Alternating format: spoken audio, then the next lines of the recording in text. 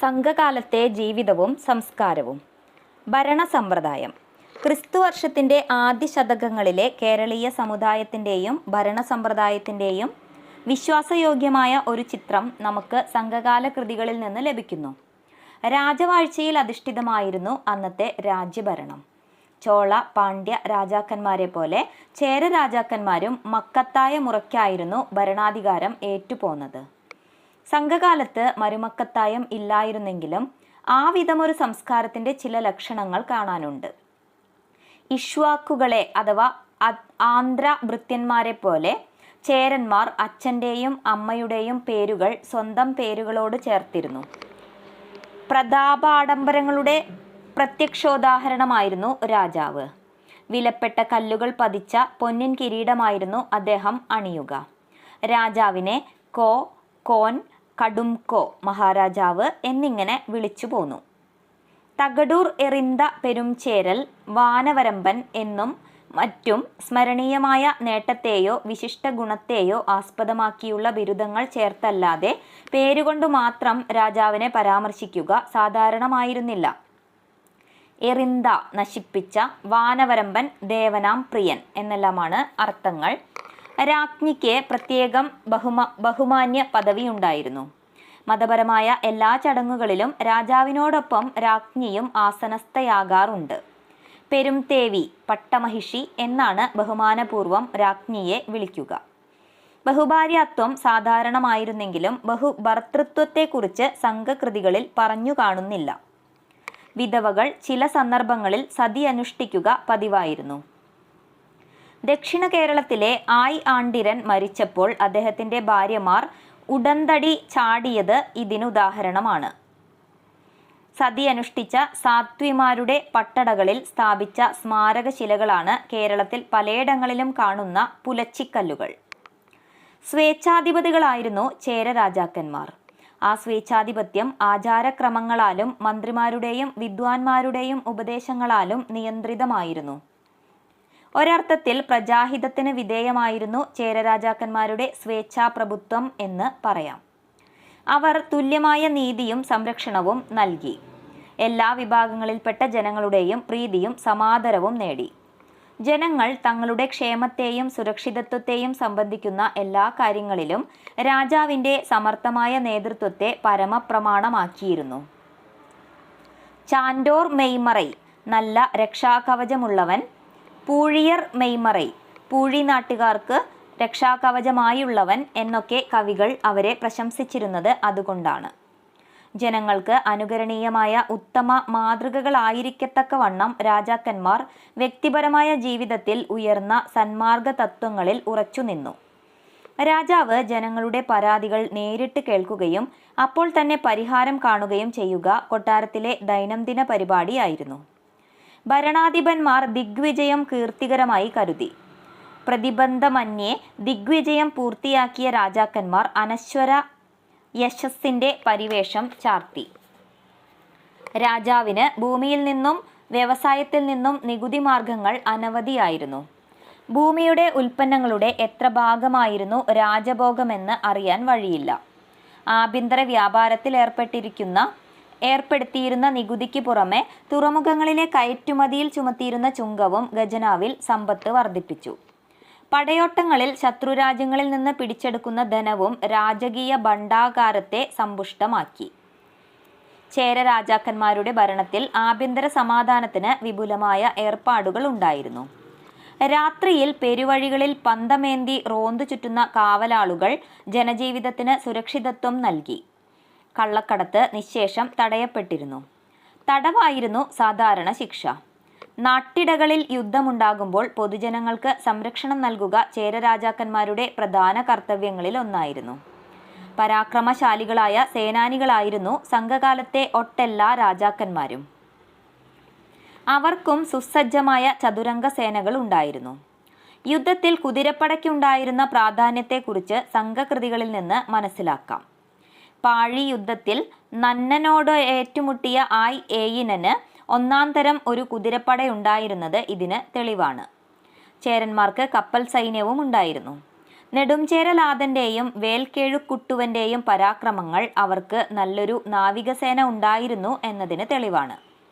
കവിതാലോകത്ത് കപിലർക്കുള്ള അജയ്യമായ ആധിപത്യം ചേരക്കപ്പലുകൾക്ക് അലകടലുകളിലുള്ള അതീശതയ്ക്ക് തുല്യമാണെന്ന് ഒരു കവി പറഞ്ഞിരിക്കുന്നതിൽ നിന്ന് പുറം 126 ചേരനാവിക ശക്തിയുടെ അതുല്യ പദവിയെക്കുറിച്ച് അനുമാനിക്കാം. അമ്പും വില്ലും വേലും വാളുമായിരുന്നു പടയാളികളുടെ ആയുധങ്ങൾ. പരിചകളെക്കുറിച്ചും പരാമർശമുണ്ട്. വേൾപ്പട, വാൾപ്പട, വിൽപ്പട എന്നിങ്ങനെ പല വിഭാഗങ്ങൾ ഉണ്ടായിരുന്നു കാലാൾപ്പടയ്ക്ക്.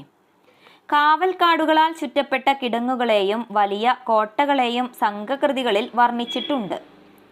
പറമുഴക്കിയും ശംഖുവിളിച്ചുമാണ് യുദ്ധത്തിന്റെ അറിയിപ്പുകൾ നൽകിയിരുന്നത്. യുദ്ധം തുടങ്ങുന്നതിനു മുൻപ് കൊറ്റവൈ എന്ന സമരദേവതയെ പൂജിച്ചിരുന്നു. അക്കാലത്തെ സ്ത്രീകൾ സമരവീര്യത്തിൽ പുരുഷന്മാരുടെ പിറകിലായിരുന്നില്ല. പടവെട്ടുന്ന വീരന്മാരെ പ്രവൃദ്ധ വീര്യന്മാരാക്കുന്നതിൽ നിർണായകമായ പങ്ക് വഹിച്ചിരുന്നു സ്ത്രീകൾ.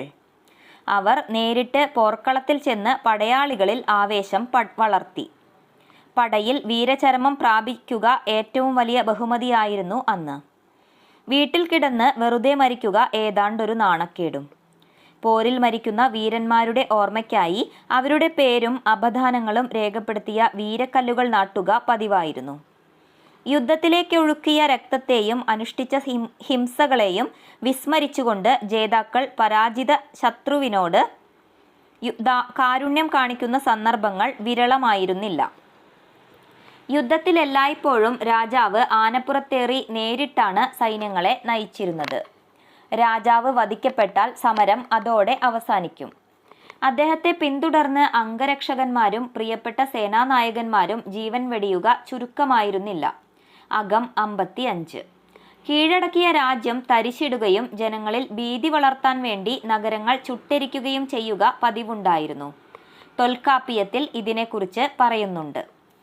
യുദ്ധവുമായി ബന്ധപ്പെട്ട കൗതുകകരമായ ഒട്ടേറെ ആചാരങ്ങളും ഏർപ്പാടുകളും സംഘകാലത്ത് നിലനിന്നിരുന്നു. രാജാക്കന്മാർ തുല്യമായ പ്രതാപവും പദവിയുമുള്ള പ്രതിയോഗികളെ പരാജയപ്പെടുത്തുന്നത് വലിയ ബഹുമതിയായിട്ടാണ് കരുതിയിരുന്നത്. ഒരു രാജാവിന് 7 രാജാക്കന്മാരെ തോൽപ്പിച്ചാൽ അതിരാജ പദവി നേടാം. ആ അതിരാജൻ പരാജിതരായ 7 രാജാക്കന്മാരുടെയും കിരീടങ്ങളിലെ രത്നങ്ങൾ കൊണ്ട് ആഭരണങ്ങൾ ഉണ്ടാക്കി അണിയും. ആനകളെ കൊണ്ട് ശത്രുക്കളുടെ കോട്ടവാതിലുകൾ പൊളിപ്പിക്കുക പതിവായിരുന്നു. ശത്രുക്കളുടെ ആയുധം മുതുകിലേൽക്കുക വലിയ അവമാനമായിരുന്നു പോരാളികൾക്ക്.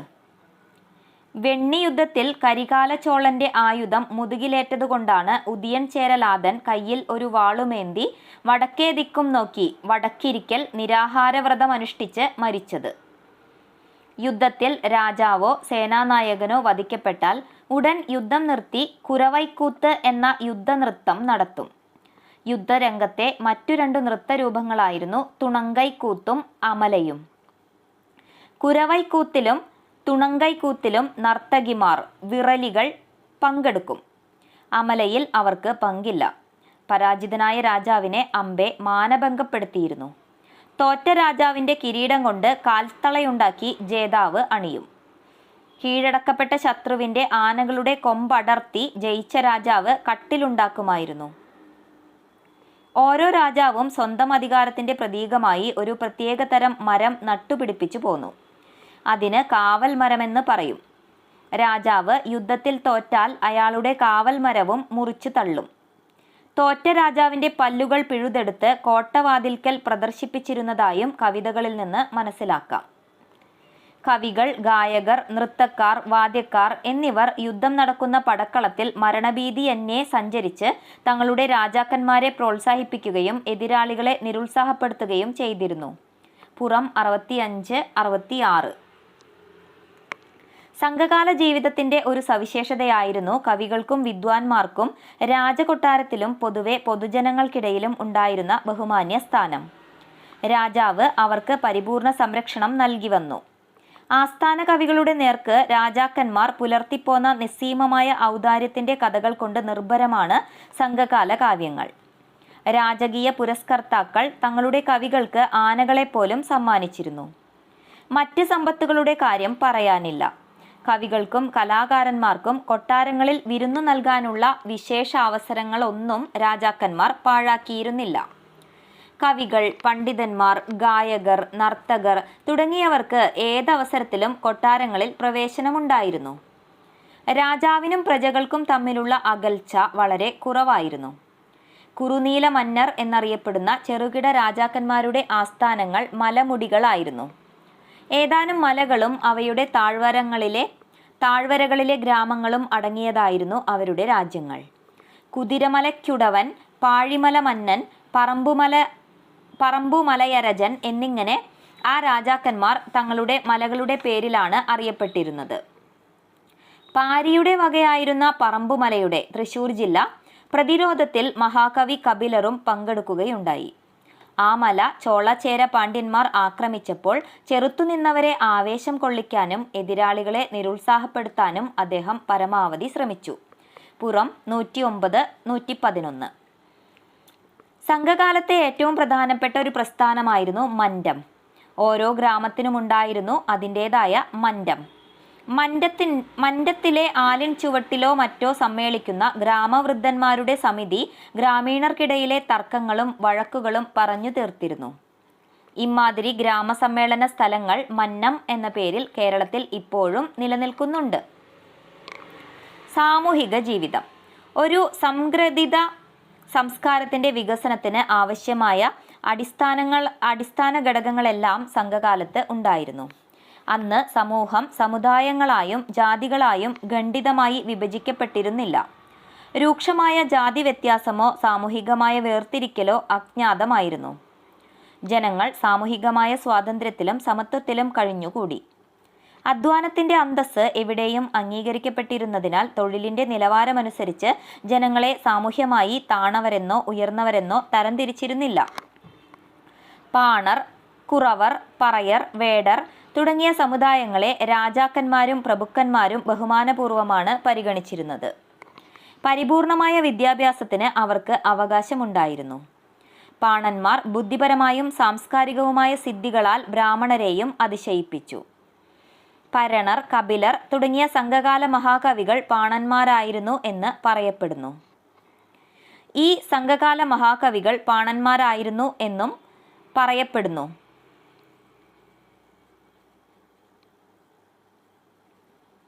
പരണർ, കപിലർ തുടങ്ങിയ സംഘകാല മഹാകവികൾ പാണന്മാരായിരുന്നു എന്നും പറയപ്പെടുന്നു. ഈ അഭിപ്രായം ശരിയായാലും അല്ലെങ്കിലും അവർ ഉത്തരേന്ത്യയിൽ നിന്നും വന്ന് തമിഴ് പഠിച്ച് കവിതയെഴുതിയ ബ്രാഹ്മണർ ആയിരുന്നില്ലെന്ന കാര്യം തീർച്ചയാണ്. പാണന്മാരെയും മറ്റും ബഹുമാനത്തോടെ സൽക്കാര കൗതുകത്തോടെയും കൂടിയാണ് രാജാക്കന്മാർ കൊട്ടാരങ്ങളിലേക്ക് സ്വാഗതം ചെയ്തിരുന്നത്. പാണന്മാരെ സംരക്ഷിക്കുന്നത് ചേര രാജാക്കന്മാരുടെ കർത്തവ്യങ്ങളിൽ ഒന്നായിട്ട് പോലും കണക്കാക്കിയിരുന്നു. പ്രാചീന സംഘകാലത്ത് തീണ്ടലും തൊടിയിലും കേരളീയ സമുദായത്തിൽ അറിയപ്പെട്ടിരുന്നു പോലുമില്ല. ചാതുർവർണ്ണ്യം അന്ന് കേരളത്തിൽ രൂപം കൊണ്ടിരുന്നില്ല എന്നർത്ഥം. സ്ത്രീകൾക്കുണ്ടായിരുന്ന ഉന്നത പദവി പ്രാചീന സംഘകാലത്തെ സാമൂഹിക ജീവിതത്തിന്റെ ശ്രദ്ധാർഹമായ ഒരു സവിശേഷതയാണ്. പർദ്ദ സമ്പ്രദായം ഇല്ലായിരുന്നു. പൂർണ്ണമായ വിദ്യാഭ്യാസം ഉൾപ്പെടെ എല്ലാ സാമൂഹ്യ സ്വാതന്ത്ര്യങ്ങളും സ്ത്രീകൾ അനുഭവിച്ചിരുന്നതായി കാണാം. എല്ലാ സാമൂഹ്യ വിനോദങ്ങളിലും അവർ പങ്കെടുത്തിരുന്നു. ഉയർന്ന തോതിൽ നിലനിന്നിരുന്ന വനിതാ വിദ്യാഭ്യാസത്തിന്റെ ഫലമായി വാസനാസമ്പന്നങ്ങളായ പല കവയിത്രികളും സംഘകാലത്തുണ്ടായി. അക്കാലത്തെ ഏറ്റവും മികച്ച കവയിത്രിയായിരുന്നു AD 500 ജീവിച്ചിരുന്ന ഔവ്വയാർ. ശൈശവ വിവാഹം പ്രാചീന സംഘകാലത്ത് നിലവിലുണ്ടായിരുന്നില്ല. വിധവാ വിവാഹം പതിവായിരുന്നു. കാമുകന്മാർ രഹസ്യമായി നടത്തിപ്പോന്ന ഗാന്ധർവ വിവാഹത്തിന് പ്രചാരമുണ്ടായിരുന്നതായി സംഘകാലത്തെ പല പ്രേമകാവ്യങ്ങളും തെളിയിക്കുന്നു.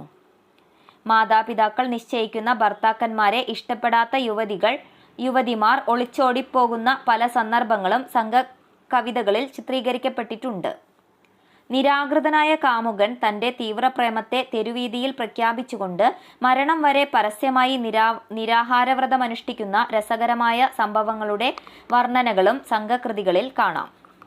മടലേറൽ എന്നാണ് ഈ പ്രേമ നിരാഹാര സത്യാഗ്രഹത്തിന് പറഞ്ഞിരുന്ന പേര്. പനമടൽ കൊണ്ടുണ്ടാക്കിയ പൊയ്ക്കുതിരമേലേറിയാണ് ഈ പരിത്യക്ത കാമുകർ മരണനിരാഹാരം അനുഷ്ഠിച്ചിരുന്നത്. വിവാഹവുമായി ബന്ധപ്പെട്ട കൗതുകകരമായ പല ചടങ്ങുകളെക്കുറിച്ചും സംഘകൃതികളിൽ പരാമർശിക്കുന്നുണ്ട്. വിവാഹാനന്തരം ചിലമ്പുകഴി നോൻപ് എന്നൊരു ചടങ്ങുണ്ടായിരുന്നു. ഇതനുസരിച്ച് വധു വിവാഹ ദിവസം വരെ ധരിച്ചിരുന്ന കാൽത്തള മാറ്റി പകരം വരൻ നൽകുന്ന തള ധരിക്കുന്നു. താലി കെട്ടുന്ന സമ്പ്രദായം അന്നുണ്ടായിരുന്നില്ല. പൊൻപണം കൊടുക്കുന്ന ഏർപ്പാട് നിലവിലിരുന്നു. വധുവിൻ്റെ മാതാപിതാക്കൾക്ക് വരൻ പണമോ മറ്റു പാരിതോഷികങ്ങളോ കൊടുക്കും.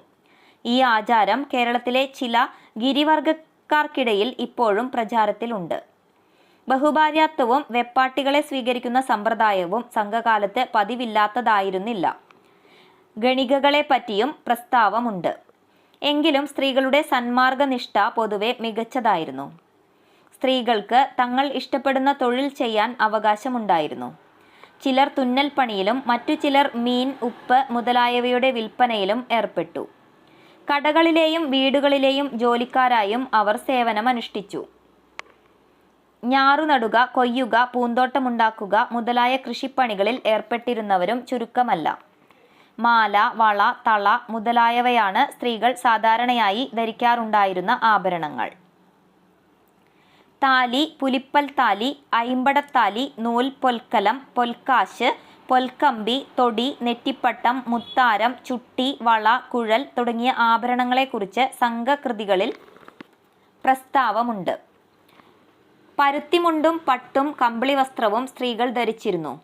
ഉത്സവാവസരങ്ങളിൽ അവർ ഏറ്റവും നല്ല ഉടയാടകളും ആഭരണങ്ങളും അണിയും. മൻഡങ്ങളിൽ നടക്കുന്ന ഉത്സവങ്ങൾക്ക് വിധവകൾ പോകുമായിരുന്നില്ല. ഇല കൊണ്ടുണ്ടാക്കിയ ഒരു തരം ആടകൾക്ക് തഴയുട നല്ല പ്രചാരമുണ്ടായിരുന്നു സംഘകാലത്ത്. രാജകുമാരിമാർ പോലും അത് ചാർത്തിയിരുന്നു. വടക്കേ മലബാറിലെ കൊറഗർ എന്ന ഗിരിവർഗക്കാർക്കിടയിൽ ഇന്നും ഈ വേഷവിധാനം കാണാം. ചോറായിരുന്നു പ്രധാന ഭക്ഷണം. അതോടൊപ്പം മീനും ഇറച്ചിയും ഉണ്ടായിരുന്നു. ഊൺചോറും ബിരിയാണി, നെയ്വൺ ചോറും സാധാരണമായിരുന്നു എന്ന് പറയാം. തൊണ്ടിയിലെ വെളുത്തരിയെയും അതിനടുത്ത കടലിൽ നിന്ന് പിടിച്ച അയിരമീനിനെയും കുറിച്ച് തമിഴ് കവികൾ സൂചിപ്പിക്കുന്നുണ്ട്. വിവാഹത്തിന് വരുന്ന വിരുന്നുകാർക്ക് നെയ്വൺ ചോറും ഒന്നാന്തരം ആട്ടിറച്ചിയും ചേർത്ത് സദ്യ നൽകിയിരുന്നതായി സംഘകൃതികളിൽ പറയുന്നു. അകം 136. കലം, കുടം, കരിങ്കലം, വെള്ളിക്കലം, കള്ളുകുടം, പാന, താലം, മിഠാവ് തുടങ്ങിയ പാത്രങ്ങളെക്കുറിച്ചും സംഘ സാഹിത്യത്തിൽ പരാമർശമുണ്ട്. സമ്പന്നന്മാർ വെള്ളിപ്പാത്രങ്ങളിലാണ് ആഹാരം കഴിച്ചിരുന്നത്. നാടൻ മദ്യവും വിശേഷ മദ്യവും ആളുകൾ ധാരാളമായി ഉപയോഗിച്ചിരുന്നു. വിദേശ കപ്പലുകൾ കൊണ്ടുവരുന്ന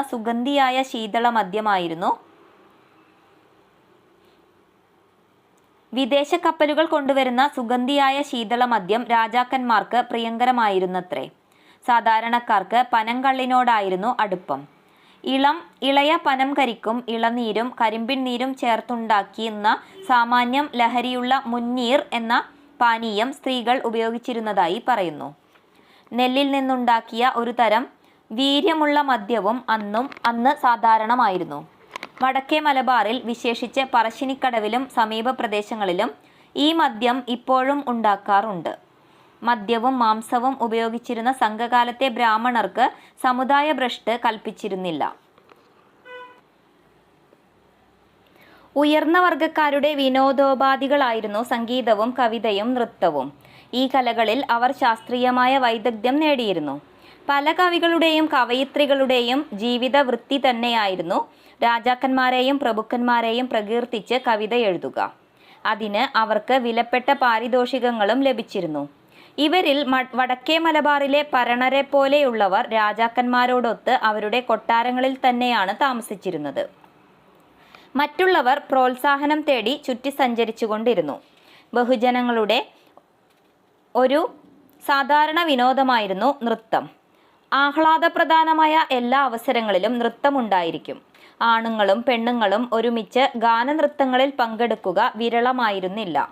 ഓടക്കുഴൽ, വീണ, മൃദംഗം, കുഴൽ തുടങ്ങിയ വാദ്യോപകരണങ്ങൾ ഉപയോഗിച്ചിരുന്നു. നായാട്ട്, മൽപ്പിടുത്തം മുതലായ വിനോദങ്ങളിലും ജനങ്ങൾ താൽപ്പര്യം കാണിച്ചു. മുതിർന്നവരുടെ നേരമ്പോക്കായിരുന്നു ചൂതാട്ടം. വട്ടുകളിയായിരുന്നു കുട്ടികളുടെ വിനോദം. ചുടുകട്ടയും കുമ്മായവും ഉപയോഗിച്ച് നിർമ്മിച്ച വസതികളിലായിരുന്നു ഉയർന്ന വർഗക്കാരുടെ താമസം. പാവപ്പെട്ടവർ വെറും കുടിലുകളിൽ കഴിഞ്ഞുകൂടി. രാജകൊട്ടാരങ്ങൾക്ക് മനോഹരമായ ഉദ്യാനങ്ങൾ ഉണ്ടായിരുന്നു. ശകുനത്തിലും ജ്യോത്സ്യത്തിലും വളരെ വലിയ വിശ്വാസമായിരുന്നു ജനങ്ങൾക്ക്. പോർക്കളത്തിൽ വെച്ച് മുറിവേൽക്കുന്ന ഭടന്മാരെ പ്രേതങ്ങൾ ബാധിക്കുമെന്നും അങ്ങനെയായാൽ മരണം തീർച്ചയാണെന്നുമുള്ള വിശ്വാസം സാർവത്രികമായിരുന്നു. മുറിവേറ്റ പടയാളികളുടെ അടുത്ത് യുദ്ധരംഗത്ത് തന്നെ പ്രേതോപദ്രവം ഏൽക്കാതിരിക്കാൻ ജാഗരൂകരായി അയാളുടെ ഭാര്യയും ഉണ്ടായിരിക്കും. തൊടാകാഞ്ചി എന്നാണ് തൊൽക്കാപ്പിയത്തിൽ ഇതിനെക്കുറിച്ച് പറയുന്നത്. മുറിവേറ്റ ഭടനെ വീട്ടിൽ കൊണ്ടുപോയാലും ഭാര്യ അയാളുടെ മുറിയിൽ സുഗന്ധദ്രവ്യങ്ങളും മറ്റും പുകച്ചുകൊണ്ട് എപ്പോഴും കൂടെയുണ്ടായിരിക്കും. പ്രേതങ്ങളെ ഒഴിവാക്കുന്നതിന് വേപ്പ് തുടങ്ങിയ ഔഷധച്ചെടികളുടെ തോലൊടിച്ച് മനയിൽ ചെരുകി വീണ, കുഴൽ തുടങ്ങിയ വാദ്യങ്ങൾ ഉപയോഗിക്കുക പതിവായിരുന്നു. പുറം 281. കാക്ക കരയുന്നത് വിരുന്നുകാരുടെ വരവിനെയും അഴിഞ്ഞ തലമുടിയുമായി സ്ത്രീകൾ എതിരെ വരുന്നത് അശുഭാഗമത്തെയും കുറിക്കുന്നു എന്നായിരുന്നു വിശ്വാസം. നല്ല നേരം നോക്കിയേ മുക്കുവന്മാർ കടലിൽ പോയിരുന്നുള്ളൂ. മതം. സംഘകാലത്തെ ജനങ്ങളിൽ ഭൂരിപക്ഷത്തിനും AD 500 വരെ പ്രത്യേക മതമൊന്നും ഉണ്ടായിരുന്നില്ല. ചില ദ്രാവിഡാചാരങ്ങളായിരുന്നു അവരുടേത്. പൂർവികന്മാരെയും വൃക്ഷങ്ങളെയും അവർ ആരാധിച്ചു പോന്നു. കൊറ്റവൈ എന്ന സമരദേവതയായിരുന്നു അവരുടെ ഏറ്റവും പ്രിയപ്പെട്ട ദേവി. രാജാക്കന്മാരും വേടർ, മറവർ തുടങ്ങിയ സാധാരണക്കാരും കൊറ്റവയ്യെ പ്രീതിപ്പെടുത്താൻ മദ്യവും മാംസവും നിവേദിച്ചിരുന്നു. ജനങ്ങളിൽ ബഹുഭൂരിഭാഗവും ഈ ദ്രാവിഡാചാരങ്ങളായിരുന്നു പിന്തുടർന്നു പോന്നതെങ്കിലും ജൈന, ബൗദ്ധ, ഹൈന്ദവ മതങ്ങൾ ഇവിടെ സ്ഥലം പിടിക്കാതിരുന്നില്ല. 5ാം ശതകത്തിന് ശേഷം ആര്യ സംസ്കാരം അധികമായി പ്രചരിക്കുകയും സമുദായത്തിൻ്റെ മേൽ വമ്പിച്ച സ്വാധീനശക്തി ചെലുത്തുകയും ചെയ്തു. സമുദായത്തിൻ്റെയും മതത്തിൻ്റെയും മേലുണ്ടായ ഈ ആര്യാധിനിവേശത്തിൻ്റെ സമാഘാതത്തെ നമുക്ക് അടുത്ത അധ്യായത്തിൽ വിശകലനം ചെയ്യാം. സാമ്പത്തിക സ്ഥിതി. ക്രിസ്തുവർഷത്തിൻ്റെ ആദ്യത്തെ നൂറ്റാണ്ടുകളിൽ കേരളം സാമ്പത്തികമായി സമുത്കർഷം നേടിയിരുന്നതിന് സംഘസാഹിത്യം സാക്ഷ്യം വഹിക്കുന്നു. കൃഷിയായിരുന്നു ജനങ്ങളുടെ പ്രധാന ജീവിത വൃത്തി. വളക്കൂറുള്ള ഭൂമിയിൽ ധാന്യങ്ങൾ നല്ലപോലെ വിളഞ്ഞു. ചക്ക, മഞ്ഞൾ, കുരുമുളക് എന്നിവയ്ക്ക് പ്രസിദ്ധമായിരുന്നു ചേരരാജ്യം. കൊയ്ത്ത്, മെതി മുതലായവയെക്കുറിച്ചുള്ള വർണ്ണനകൾ സംഘകവിതകളിൽ സുലഭമാണ്. ഭൂമിയുടെ മേൽ സ്വകാര്യാവകാശമാണ് നിലനിന്നിരുന്നത്. അന്നത്തെ നിലയിൽ അത് കാർഷികാഭിവൃദ്ധിയെ സഹായിച്ചിട്ടുണ്ടാവും. ഭൂമി സ്വകാര്യ സ്വത്തായിരുന്നെങ്കിലും മേച്ചിൽ സ്ഥലങ്ങൾ, തൊഴുത്തുകൾ, വിനോദ സ്ഥലങ്ങൾ മുതലായവ ഓരോ ഗ്രാമത്തിലും പൊതുവുടമയിൽ ഉണ്ടായിരുന്നു. ഇരുമ്പ് കൊണ്ടുണ്ടാക്കിയ കാർഷികായുധങ്ങളായിരുന്നു ഉപയോഗിച്ചിരുന്നത്. അരിവാൾ, കലപ്പ, നുകം, കോടാലി മുതലായവയെക്കുറിച്ച് സംഘകൃതികളിൽ പരാമർശമുണ്ട്. ജനങ്ങളുടെ പ്രധാന തൊഴിൽ കൃഷിയായിരുന്നെങ്കിലും അവർ മീൻപിടുത്തം, നൂൽനൂൽപ്പ്, നെയ്ത്ത്, മരപ്പണി, തുകൽപ്പണി മുതലായ ജോലികളിലും ഏർപ്പെട്ടിരുന്നു. ഉപ്പളങ്ങളിൽ ഉപ്പുണ്ടാക്കുകയും വണ്ടികളിൽ കയറ്റി വിൽപ്പന നടത്തുകയും ചെയ്തിരുന്നതായി കാണാം. ഉപ്പിനും നെല്ലിനും ഒരുപോലെയായിരുന്നു വില. ഒരു സ്ഥലത്തു നിന്നും മറ്റൊരു സ്ഥലത്തേക്ക് ചരക്കുകളുമായി പോകുന്ന കച്ചവടക്കാർ തിരക്കിട്ട് വ്യാപാരം നടത്തിയിരുന്നു. ദീനാരം, കാണം മുതലായ നാണയങ്ങൾ നിലവിലുണ്ടായിരുന്നെങ്കിലും സാധനങ്ങളുടെ കൈമാറ്റത്തിലൂടെയായിരുന്നു ആഭ്യന്തര വ്യാപാരം അധികവും നടന്നത്. മുസിരിസിൽ നെല്ല് കൊടുത്ത് മീൻ വാങ്ങിയിരുന്നതായി മുമ്പൊരിക്കൽ പറഞ്ഞല്ലോ. സംഘകാലത്ത് കേരളം വിദേശങ്ങളുമായി കുരുമുളകിൻ്റെയും സുഗന്ധദ്രവ്യങ്ങളുടെയും വമ്പിച്ച വാണിജ്യത്തിൽ ഏർപ്പെട്ടിരുന്നു. ഈ കാർഷികോൽപ്പന്നങ്ങൾക്ക് പുറമെ ദന്തവും വിലപ്പെട്ട രത്നവും മുത്തുകളും മറ്റും വലിയ തോതിൽ ഇവിടെ നിന്ന് കയറ്റി അയച്ചു പോന്നു. അക്കാലത്ത് വാണിജ്യ സംഘടനകൾ അവയുടെ പ്രാകൃത രൂപത്തിൽ പ്രവർത്തിച്ചിരുന്നിരിക്കണം. കച്ചവടക്കാർ തങ്ങളുടെ നിർവാഹക സമിതിയിലേക്ക് നടന്ന തെരഞ്ഞെടുപ്പിൽ രേഖപ്പെടുത്തിയ വോട്ടുകൾ എണ്ണി നോക്കുന്നതിനെക്കുറിച്ച് സംഘകൃതികളിൽ പറഞ്ഞു കാണുന്നു. അകം 77. അക്കാലത്ത് കേരളത്തിന് വിദേശ രാജ്യങ്ങളുമായുണ്ടായിരുന്ന വാണിജ്യത്തെപ്പറ്റി വിശദമായി നേരത്തെ പ്രസ്താവിച്ചിട്ടുള്ളതുകൊണ്ട് ഇവിടെ ആവർത്തിക്കേണ്ടതില്ല.